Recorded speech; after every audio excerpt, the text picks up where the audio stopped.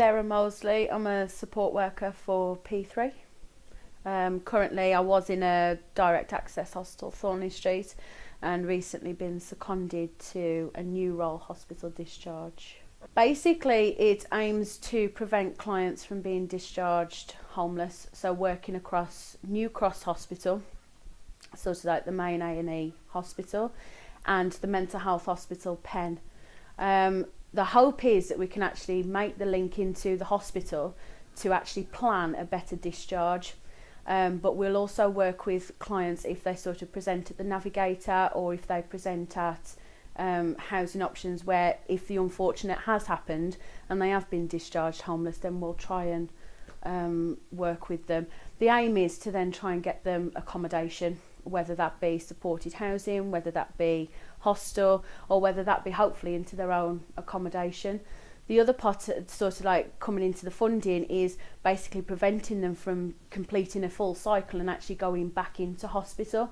So we do offer some floating support, so basically just making sure that if there's no support attached, so like if they haven't gone into a hostel, they've gone into their own accommodation, that they're actually maintaining that accommodation, so they're making like regular payments with the rent, there's no problems with the gas, the electric, and any other problems that the client may have, we'll still continue working with them. I'm Lolly Braden, 34 years old. I was going to say 37 then. 34 years old, live in Wolverhampton, team manager currently for a utility company, water company, and about it really. I used to really enjoy a social life and get, be out and about quite a lot. I was residential at the Barbary Mental Health Hospital in Birmingham, predominantly for an eating disorder that I've got. But I've got other mental health issues in the way of self-harming and depression. While I was in hospital, possibly about 2 or 3 weeks prior to being discharged, I was made homeless by my mum. Initially I phoned the council, and the lady I spoke to initially was really rude to me, and because I lived in Coventry prior to coming back to Wolverhampton, she basically dismissed me and said, "You're not our problem," in a sense, which really got me down, brought my depression on quite a lot again while I was in hospital. And then the following day I kind of had to pluck the courage up because I'd got nowhere to go. I'm being discharged, and I plucked up the courage again to phone the council in the hope of speaking to somebody different.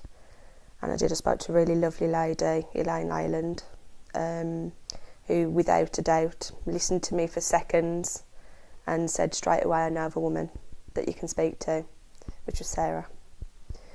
I'd obviously not heard of P3 at that time. And within about 5-10 minutes, Sarah had phoned me. And within 24 hours she'd come out to the Barbary with Julie, and it's all gone from there. Sorry, not only rehoused me, but the one-to-one support that I've had on a daily basis has been amazing. I can't put it into words, and I've said to Sarah, Julie and Wayne that if it wasn't for them, I don't know where I'd be now, or even if I would be here, because that's how low I've been. But it's the time that they come and spend and sit with you and talk to you. That means a lot. And the advice that they give you, and like for myself at the moment, I've gone down to half pay. And I am struggling financially as well. But like the help that they've given me and the direction that they've given me in that respect as well has been phenomenal. It's really brought it home to me that, even though I felt so alone and so, on my own, I know that I'm not, and I know that there's, if I'm feeling like this, there's other people out there that are going to be feeling like it, and if nothing else, I just want to help those people. But if, in all honesty, P3 has given me hope. It really has. And you can't stress how much.